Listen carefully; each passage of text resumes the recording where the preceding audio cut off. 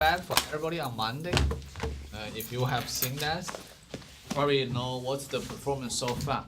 One thing I want to emphasize for the midterm grades that since we only have one homework and one exam, it's like only like 1/3 of the total score. So even you get A's doesn't mean you have a good trend to get A in the end. Even you get D or F, now you still have a lot of credit to earn for the rest of the semester, right? But that's the performance so far, based on just one homework and one exam. And I have noticed that everybody was here on Monday, which is very good. So you have contact information with your teammates, and hopefully you already begin to think about how to approach the case. Just keep that in mind. Next Wednesday, after you come back from October break, we'll have the presentation and the report due on that. Okay. Any questions before we begin today's class? Good. Vince? Well, our group is just having trouble with like finding out what's going to go in our paper because like our question is kind of narrow. That's okay. We can discuss your case after today's class. There must be something we can explore. Any other questions? No? Okay. So from today, we'll begin our journey on chapter 13. Okay. Based on my previous experience, chapter 13 probably is one of the few chapters that competes with chapter 3 forecasting. On the time we are spent on this chapter, difficulty level of this chapter, or the importance of chapter. So if we think about our class as 3 modules, first module, chapter 1 through 5, which is about homework 1 and homework like exam 1, definitely. Chapter 3 is the most important chapter for you to prepare homework 1 and exam 1. Now the second module is chapter 8, location planning, 10, cognitive control, and 13, inventory management. Among these 3 chapters, you will have to do the homework 2, which I will post very soon, and you will have the exam 2. Among these 3 chapters, chapter 13 is the most important chapter. Clear? So just want you to keep that in mind. See why we want to learn this chapter and what we will learn for this chapter. So we'll define the inventory. Probably you already know the definition. Different types of inventory. That's not usually when we talk about inventory, you see okay, Walmart, okay, how many stuff on the shelf. But it's just one type of inventory. Let's think about different types. Main function for inventory, main requirements for effective management. We'll also talk about the review system. So sometimes you have to count how many inventory on hand. So there's 2 different systems. One is the periodic system, another is the perpetual system. We'll also describe the costs related to the inventory management, such as holding costs, which means if you hold like one iPhone 8 in your warehouse for 1 year, that can be very expensive, right? Such as shortage penalty costs, which means you don't have the inventory. Your customer comes to your store, they are disappointed that you don't have the inventory. That's a cost, because the cost can be the potential loss of this customer, or maybe compensation for the customer, right? And the ABC approach will be explained. Next, we'll talk about several different models. The first one is the basic EOQ model. Second one is the EPQ, economic of production quantity model. Third one, quantity discount model. Fourth one, reorder points model. Fifth one, fixed order interval model. Last one, single period model. Exciting, right? So okay, well, finally we come to this chapter can have the similar difficult level versus chapter 3 forecasting. After more than 1 month. Okay, I hope you guys feel exciting or at least well prepared for that. Well, you can see we will introduce 6 models. There's many other models in industry people widely use for inventory management.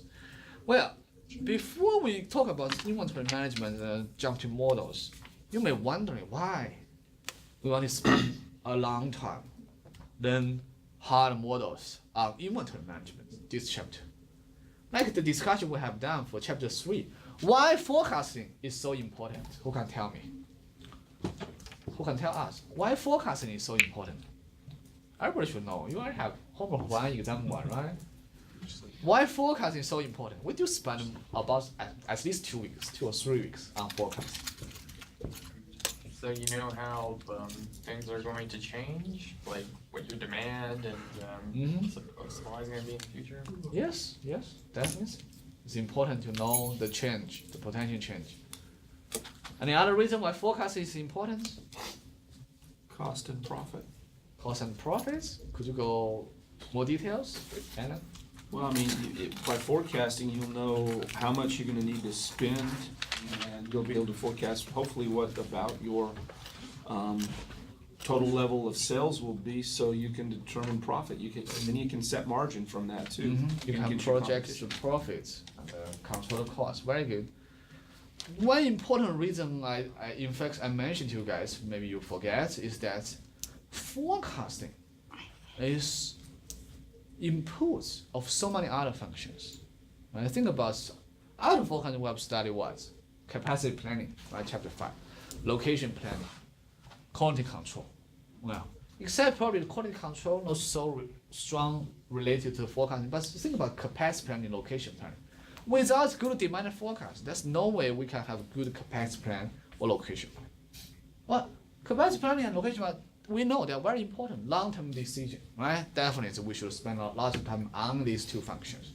But without the good fundamental parts of chapter 3, no way you can get good decision on chapter 5, chapter 8. That's forecasting. Okay. Inventory. Forecasting is another important input for the inventory management. Without good forecasting, you can't manage your inventory very well. But why inventory is important, in your opinion? Inventory management. Do you think it's important or no? Very important. Let me explain why inventory is so important for you. So hopefully you have some motivation for this chapter. So I have told you guys before joining to UNC Pembroke, what is my job? What was my job? Before come to UNC Pembroke, what I was doing? Huh? I heard something, but I can't hear clearly. What I was doing? I was idle. You were forecasting for major companies. I'm a consultant. Consultant. Yeah, I was a supply chain consultant for Unilever, Kraft Food, Procter & Gamble. I was assigned to the project for Shell Oil. But at that time, I said I have to come to UNC Pembroke. I can't do the project for Shell. I really want to do the project because Shell, it's very special. It's not a traditional grocery store, right? Shell, there, gas, oil. So, but anyway, unfortunately, I was not in that project. I was assigned.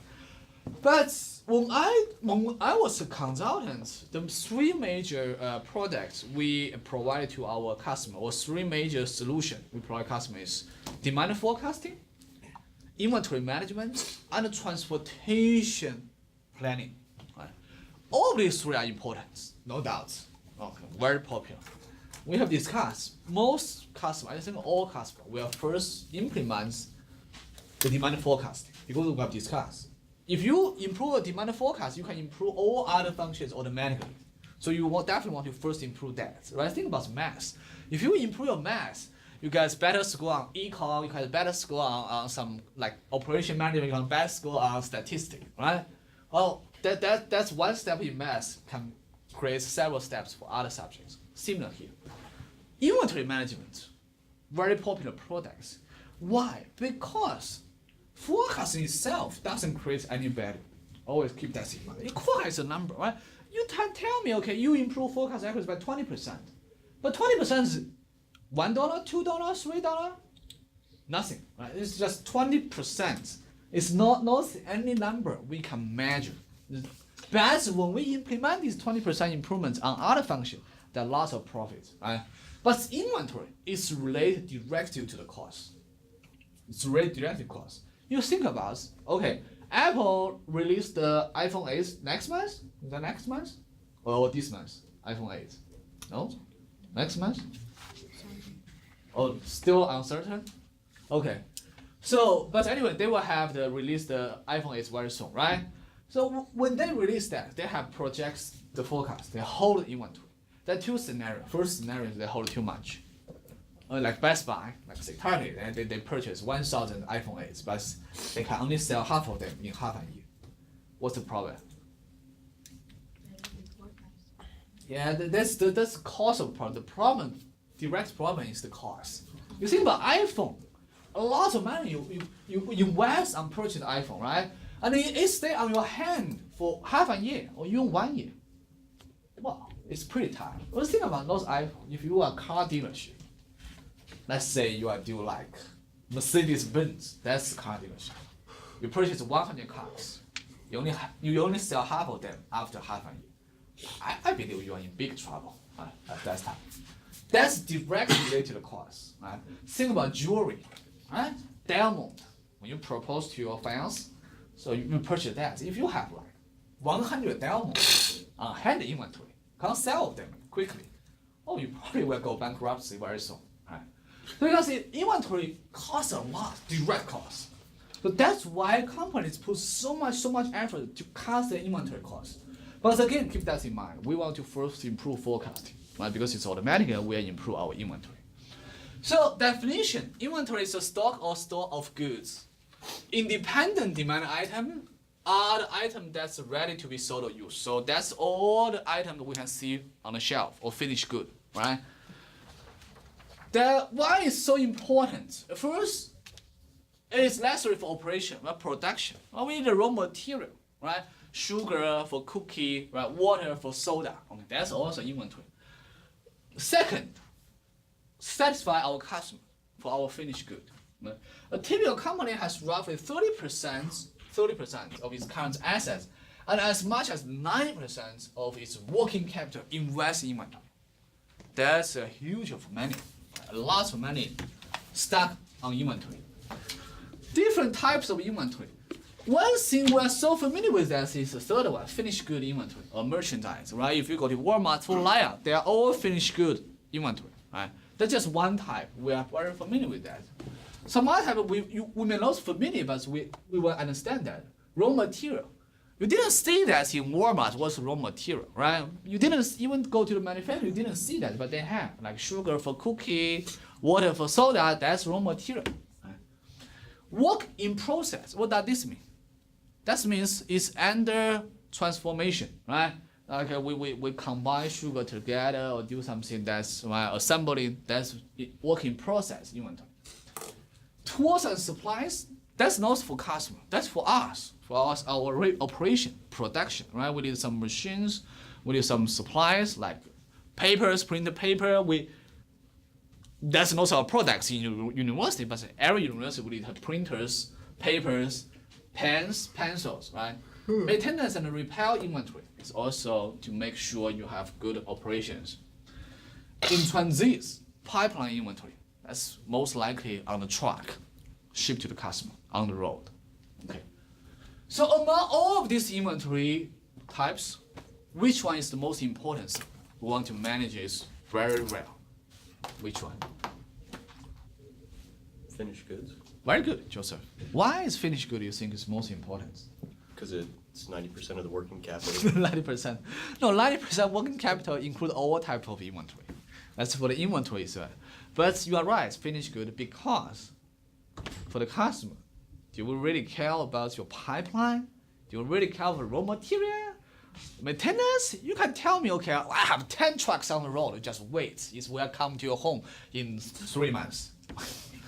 Nobody cares, right? You can't tell me, okay, I have a lot of pipeline. You say I have tons of sugar in my warehouse. I will begin the production from today. Okay, you will get your cookie 2 weeks later. That's probably not enough for Halloween, right? So you can tell your customer how great you have for other inventory, but the customer really care is your finished good. When you go to Walmart, I don't care. Maybe you just in your backyard, you have a lot, but I can't find the sugar I want to have. That's the end of the story, right? I have to go to Food Lion or some other store. So that's why most company care most is finished good. So when I did a consulting project for Unilever, Kraft, Procter & Gamble, We provide inventory management for almost all the categories, types here. For sure, raw material and also finished good, work in process, and also pipeline. We provide the information, say, okay, that's you should manage. Most companies only look at our results for finished good. They only look at that. They focus on this result because we have discussed, right? Customer only care that this is really your profit. Why we need the inventory? Inventory serve as a number of function as so many functions. For customer demand, smooth your production requirements, decouple operation, protects against stockouts, which has a big shortage penalty cost, take advantage of order cycle to hedge against price increase, permits operation, advantage of quantity discounts. So some bullets are pretty straightforward, right? Because like for example, customer, that's a purpose for inventory. Okay, why inventory can smooth our production requirements? Second one, smooth the production requirement. How the inventory can smooth our production? If you have everything in place, you can manufacture things quickly. If you're missing a product or You have to wait. part, you have to wait. Very good.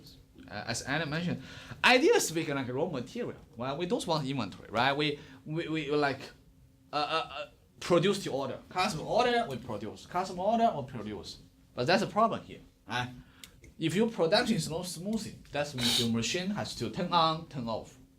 Your people, can you file them, right? Come back, it's really hard, right? So you can see most manufacturing, okay, they do have demand forecast, but not exact match the demand forecast. They want to keep a smoothing production plan, right? Because the machine, the people, right?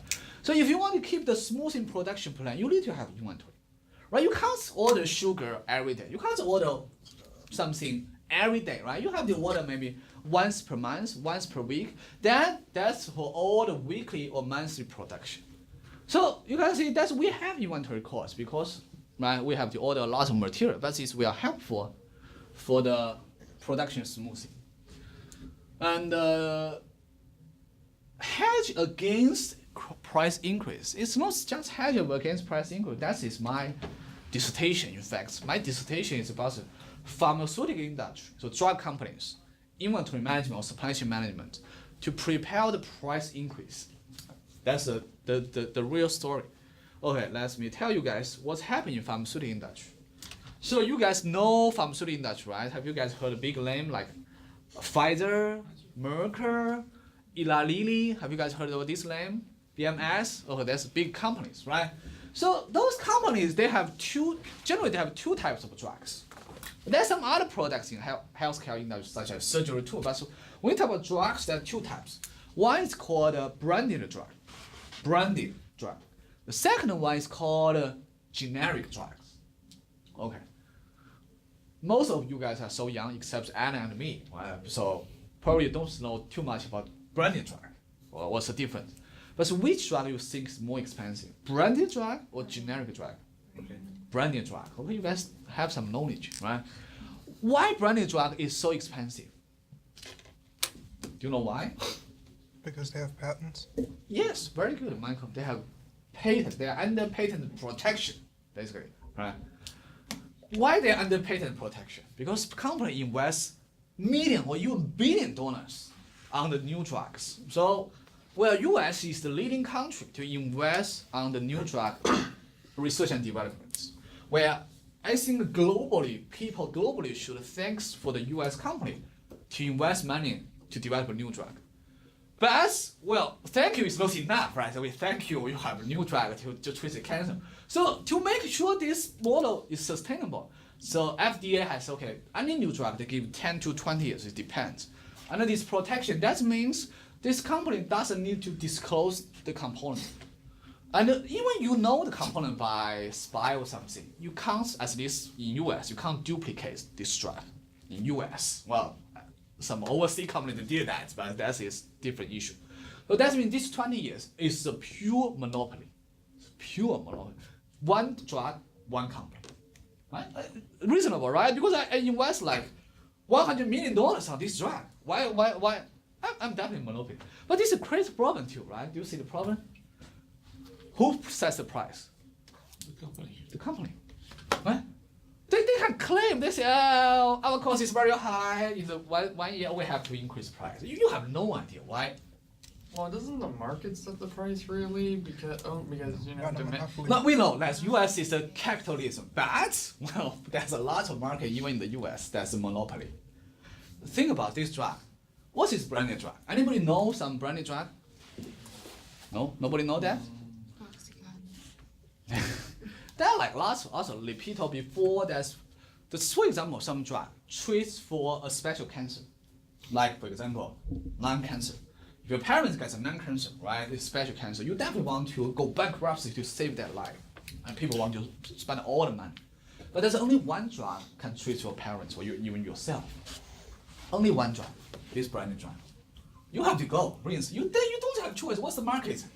Either that's your life balance with the price, right? I think the choice is pretty obvious, right? So that's people will go that drug. Even also cancer. Let's think about diabetes, right? Let's think about that. This long-term disease. Well, this drug is special. It's more effective. You want to invest a lot of money. You pay for that. The insurance company pay. You pay by yourself for the drug. We did that. Our relative did that, right? But the company, the problem is that the company keep increase the brand drug. Under these 20 years, well, ridiculously approach the expiration of their patent protection, they increase much more. That's like last 5 years, they increase a lot. But generally, the percentage they increase is more than 10% every year. More than 10%.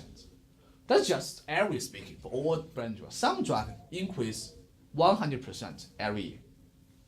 Double, triple, again. If you have this drug for 10 years, that's very expensive. So that's crazy problem, right? And then what's happening in this supply chain? So if you are a distributor in the pharmaceutical industry, you order from your upstream, order from manufacturing, like Pfizer, Lilly, Merck. What you will do? You know the price will increase, right? Then what will you do?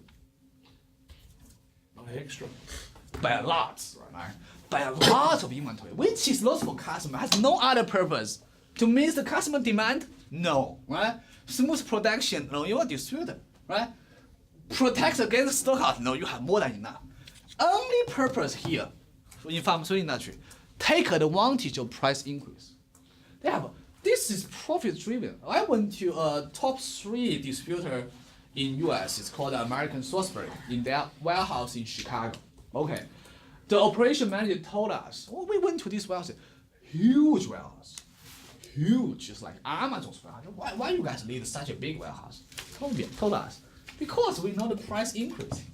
So we will stock 1 year's inventory in our warehouse, right? With a discount, because it will increase 30% after 1 month, right? Then that's waste of money. You think about inventory, that's waste of money. So that's a problem for pharmaceutical industry. So you think about that. Okay, another scenario, this is my current research, is about solar energy. Solar energy is very important, very interesting company. Its price keep decreasing. If you guys want to install a solar panel on your roof, you will see that the price keep decreasing every year. And it's also decreased pretty dramatic, 10% decrease. Then what's happening? If you are in the solar industry, if you are a distributor, what you will do? You will cast inventory. If you know, okay, next month the price will decrease, I cast inventory. I will disappoint my customer. I tell them, okay, wait. Because I don't want to invest big money now. I know the price will drop. So the inventory cut has nothing to do with the customer, has nothing to do with production, because of price decrease. Then you can see here in the markets, once the fluctuation of price, it affects our inventory decision. And usually this decision not beneficial for ordinary customers, just beneficial for the players, big players. So that's a problem here, right? Okay, and some other thing I want to think about inventory is about the risk control. You think about airline companies, American Airlines, United Airlines. What's the inventory they have? What kind of inventory they have? Airplanes. Airplane. Very obvious, right? They need to have airplane. Anything else? They need to have People. well, they need to have people, but they also need to have they actually buy the spaces where they Yes, park the yes, planes. I yes. mean, you've gotta have, Okay, and also if you have airplane itself, you can fly directly. What you need for airplane? pilot. Huh? Pilots. Pilots, yeah, definitely. We're not talking about people. Airplane. How we have the power of airplane? Fuel. Fuel, right? Gas, right? There's a lot of inventory on gas. But the thing about airplane, they fly from China to US to Britain every day. A lot of gas consumption. A lot of cost for them. But airplane, they don't like that. The gas price fluctuation we've discussed, right? It's fluctuation every day, right? Like 2 weeks ago, because of hurricane, we just have like 30 cents more than usual price, right? Okay, we can play as a normal customer, but we only can use like 10 miles, 20 miles per day. That's not a big deal. But airline company, they can't afford that, up and down. So what they did that for their inventory, for the gas, is to hedge the risk. They go to the financial markets to purchase the option. Do you guys know the option, right? I believe most of you guys have finance class, right? Option, that's mean the future. I fix the price. Let's say I got a deal with Shell. Let's say, okay, I want to purchase your Shell's gas. 1 year later, as the price we negotiate, that's the price. It's fixed price. So sometimes price increase, sometimes price decrease, but it doesn't matter. We fix the price. What's the benefits? Benefits to hedge the risk, hedge the huge risk for the airline company. Because they can't afford. Because the customer wants to buy that. You can, the price double for the gas. I double the price ticket. Customer won't like that, right? They can accept you increase a little bit, but double, no. So you can see inventory. Beyond the customer, there are lots of other ways inventory can play the role. Next, we'll talk about a leading company. Everybody should know that. On inventory management, Amazon. Has anybody never ordered things from Amazon? Raise your hand. You never read anything from Amazon? Then which website you use to buy some stuff? Never do e-shopping? Really? That's pretty rare nowadays. But yeah, that is local retailer stores will thank you because otherwise nobody shop in the local retailer stores, right? But you can see most of students have shopping Amazon, right? So here is how Amazon work to satisfy their order. So I worked in Amazon before, internship for 3 months in middle of nowhere in Kentucky. Wow. Have I shared this experience with you guys before? No? So when I was a PhD student, one day like Amazon, they have a top 3 distribution center in US in Kentucky come to our department to talk about department. I say I want some student to come to our site 3 months in the summer to do the demand forecasting research, something like that, labor forecasting, scheduling. So me and another student come to Amazon. Okay. By the way, the student come with me is a senior student, 2 years older than me. He's now working in Facebook. Yeah. Anyway, so we went to Amazon in Kentucky and do the projects. And then we learn a lot. I think it's very beneficial. That's my classmates, he went to Amazon first after graduation from Purdue, got his PhD. He didn't come to academic. He went to Amazon first. Obviously, they like him because he worked for Amazon before. And then jumped from Amazon to Facebook. So when I work on Amazon, I find out Amazon. And then I understand why Amazon is the leading company. It's really the leading company, right? Another very interesting thing I want to share with you guys for Amazon is that most of Amazon's distribution center is in middle of nowhere. We have discussed location planning, right? Remember location planning? The last model of location planning is the center of gravity, right? Amazon is like that. Okay, they choose the center of gravity, and they choose very rural place. The place I work is called Campbellsville. You can search for this name, Campbellsville in Kentucky. It's a very, very tiny town, similar size to Pembroke. Well, it's very similar to Pembroke because it's a small town, and it has a university. I was first wondering why they want to choose this small town. First, because there's only one Chinese restaurant. I don't like that. Okay, one Chinese restaurant buffet. So I went to that Chinese restaurant for 3 times. I feel sick. Okay, I can't eat that anymore. So, but there's not too many choices. So I went to McDonald's, Taco Bell, and this Chinese restaurant rotates. That's my daily life, right? The 3 places. When there's no Asian grocery store, right? I can't buy the vinegar or like soy sauce in that small town, right? And frankly speaking, diversity is not very good at that small town. Well, I didn't really think people are racist, but I just feel uncomfortable. For example, one day I went to McDonald's in that town. Okay, I just eat by myself. I'm like 25 years old man, right? I eat by myself, nothing wrong.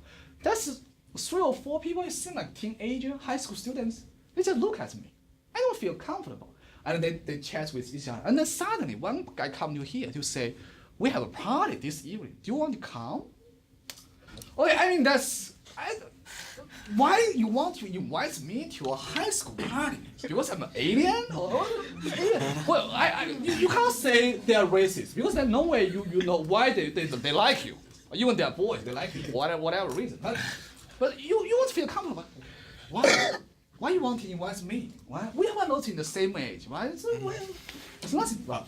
Okay, anyway, another thing is that we have 2 friends, Indian friends. They're also working on at that time. One weekend, they say, hey, Charles, come to the bar. We will go to, we search on TripAdvisor, that's the most famous bar in this town. We'll go together. I say, I'm not a bar person. I will stay at home. They went to bar. Even they come back. I said, how's the feeling of the bar? They say it's pretty weird. Because when they enter the bar, everybody's looking at them like alien. It's really alien. Because you see the bar, you know that's in Kentucky, that all people, white people. But nothing wrong, but that's very rare situation. 2 Indian guys go to this famous local bar. What do you want to do? Well, I just want to drink, right? But anyway, so Amazon choose this town. That's the reason. It's not because like most people are white or like town is middle of nowhere, no good Chinese food. It's because it's cheap. It's so cheap because the town, the economy is not so good. There's no manufacturing or some other industry. People still need to work, right? They are hard-working people, but they don't have opportunity. Second, university. I want to ask you guys, what's the benefit? If you have a warehouse center in this college town, what's the benefits? There are lots of benefits. Think about it. Why they like you guys? Intelligent, a little, generally a little more smart, intelligent. right? Part-time work is what you're looking for. Very good, and especially what's part-time they're looking for. They don't have any benefits. So they save a lot I mean, of the money. part-time, when we talk part-time, what's time they want your guys to work? College student to work. At night. Night shifts, right? Because they can have cheap labor in the daytime, like housewife, they want to have some job like 4 hours or man. But most adults, I mean, people with family, they can't work for night shift. But Amazon, you can't afford without night shifts. Because the order come every minute. Even the night shift is not so heavy load compared to day shift. They need people work in the evening. Who can do that? You guys, right? You guys eager to earn some money. Just kidding. I mean, I was student before. I also eager to earn some money. And then you don't care too much to work for the overnight sometimes, right? So they have a lot of good laborers, quality labor. So students, night shifts. On the day shifts, labor cost is also very cheap. The economy is not very good in that small town. Okay. I suggest they have more Chinese food so they can attract more Asian people. But anyway, so don't make me wrong. I mean, I really like this town. For example, one time, still McDonald's. By whatever reason, my car ran too fast to cross the curb and can't come back. The man just come across and help me leave the car.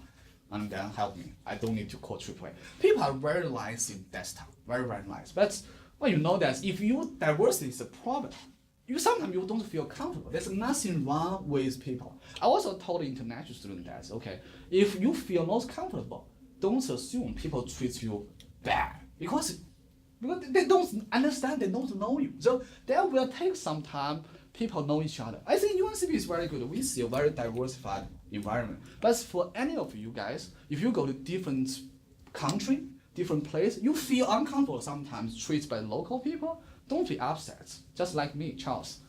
Proud has an invitation from college, like high school students, right? I should join that party. It's kind of be fun, right? So Amazon choose that location. That's location decision, right? It's very important you learn that. Okay, let's see what's their order procedure. So when you go to Amazon, you place order online.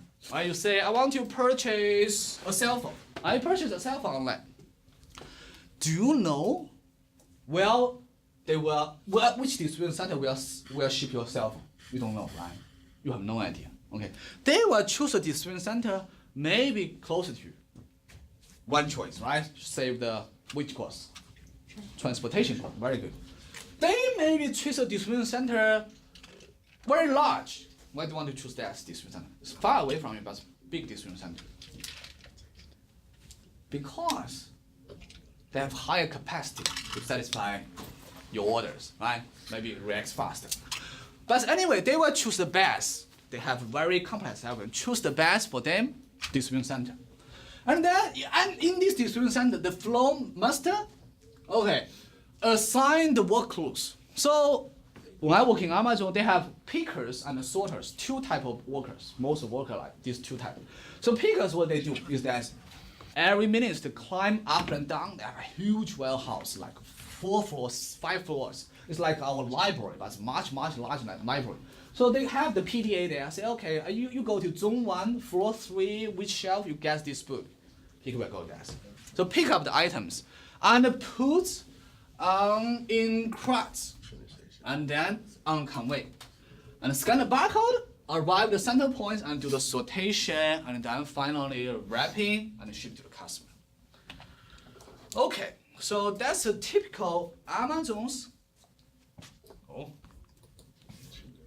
situation. Let's watch a video about Amazon.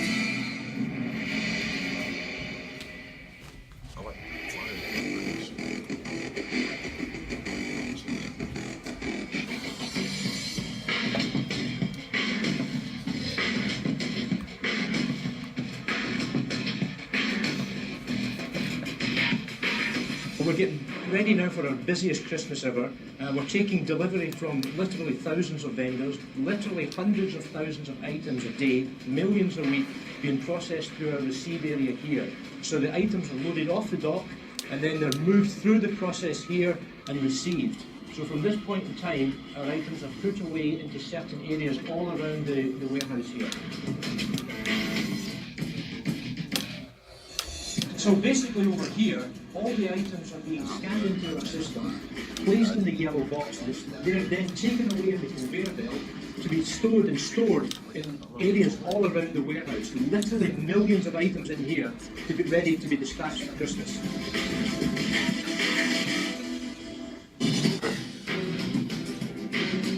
Well, this is the area where we have literally millions of items stored. We've got books, we've got radios, we've got headphones, we've got toys, calendars, and in this area the pickers receive electronically a set of orders to go and pick. So in these areas here you'll see pickers busily picking away and preparing those orders.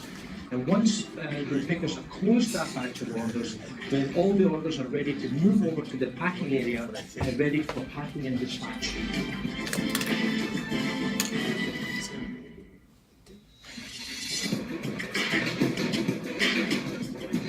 Okay, so at this stage of the process, literally hundreds of thousands of orders are coming down here. The people here are working towards the final reconciliation of the order. Once the order is complete, it's pushed through here, and if you walk around here, you can see exactly where all the packing is done. So this is the final packing of the order right here.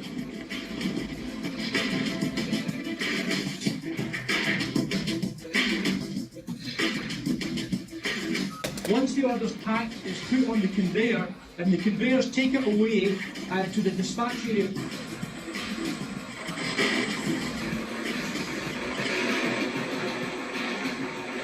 Every order is unique and individual. They come down the conveyor here, they go onto this magic system over here, where the system knows exactly the destination. The system tilts, they go down, put into your carriers.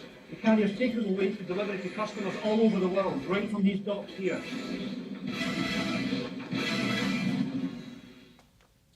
So, if you have a chance to work in Amazon in the future, I definitely recommend you to grab this chance because I think you will benefit from your working experience.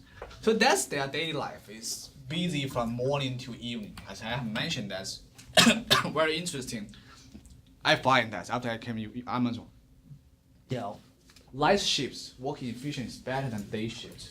Initially, I got confused. I say, well, if I work in daytime, I'm more efficient, right, than working overnight. Why? Why that night shifts working efficiency is better than day shifts? Less volume, less chance for error. This can be, but it's not the major reason.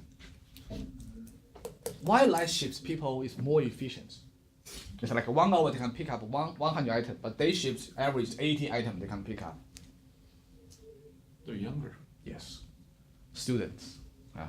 The students work on the night shifts, they're quicker, even 2 a.m.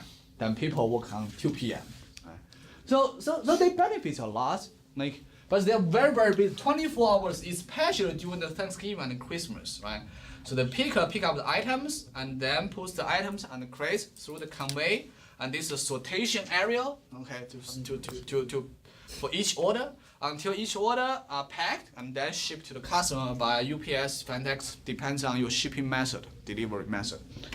Okay, one thing, if you have watched the video, they have talked about, this person talk about, okay, when he climbed on the shelf to see that, they say that's books, videos, toys, DVDs, something like that, right? Why? They mix the items in the same area.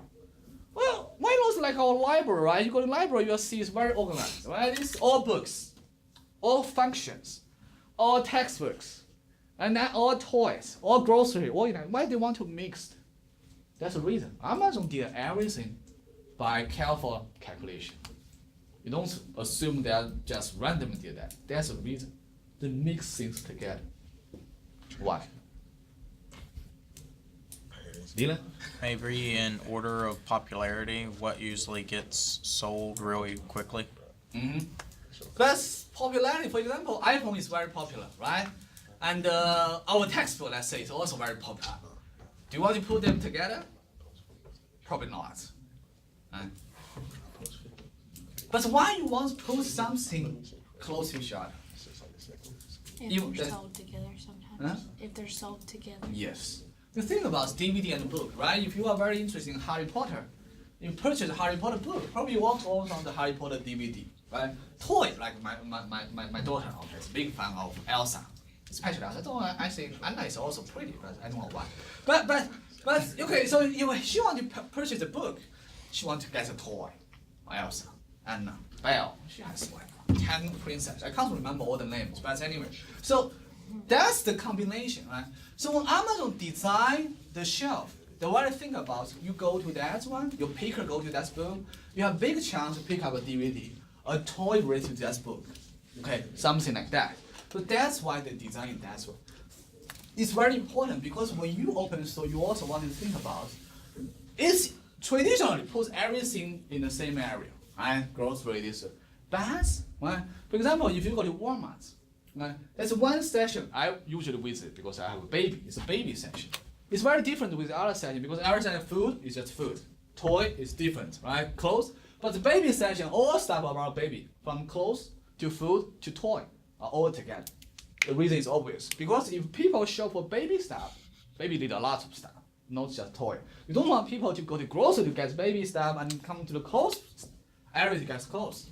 That's not good for the shoppers to take care of the baby. But for our adults, it's fine because when we go to Walmart, we know, okay, today grocery just, maybe next time clothes or something like that. So that's how Amazon design inventory. There's something we can't teach you guys, but always keep that. There are lots of things we can learn from inventory. We won't touch that. How to design the layout, how to mix the item together, which position to put the item on the shelf. We can't teach you, and we don't have time to teach. But it is very important, right? In this chapter, we are focusing on the model. It's definitely important. I spent so many years on modeling. But I can tell you, in reality, when I work in Amazon, those details, okay, the shelf design, the layout design, even consider location. Location also determines your inventory. Think about why they choose this quantity town, middle of nowhere. Why Charles complain about town, but Amazon like this town? Because they have the best McDonald's, probably. But it's because this for their ships, for their benefits, good labor, loyal labor, good quality students. I really suggest Amazon other store have a distribution center here so you guys can earn some extra money, right? Okay. The end of today's class. Hope you guys have a safe, enjoyable October break. See you guys.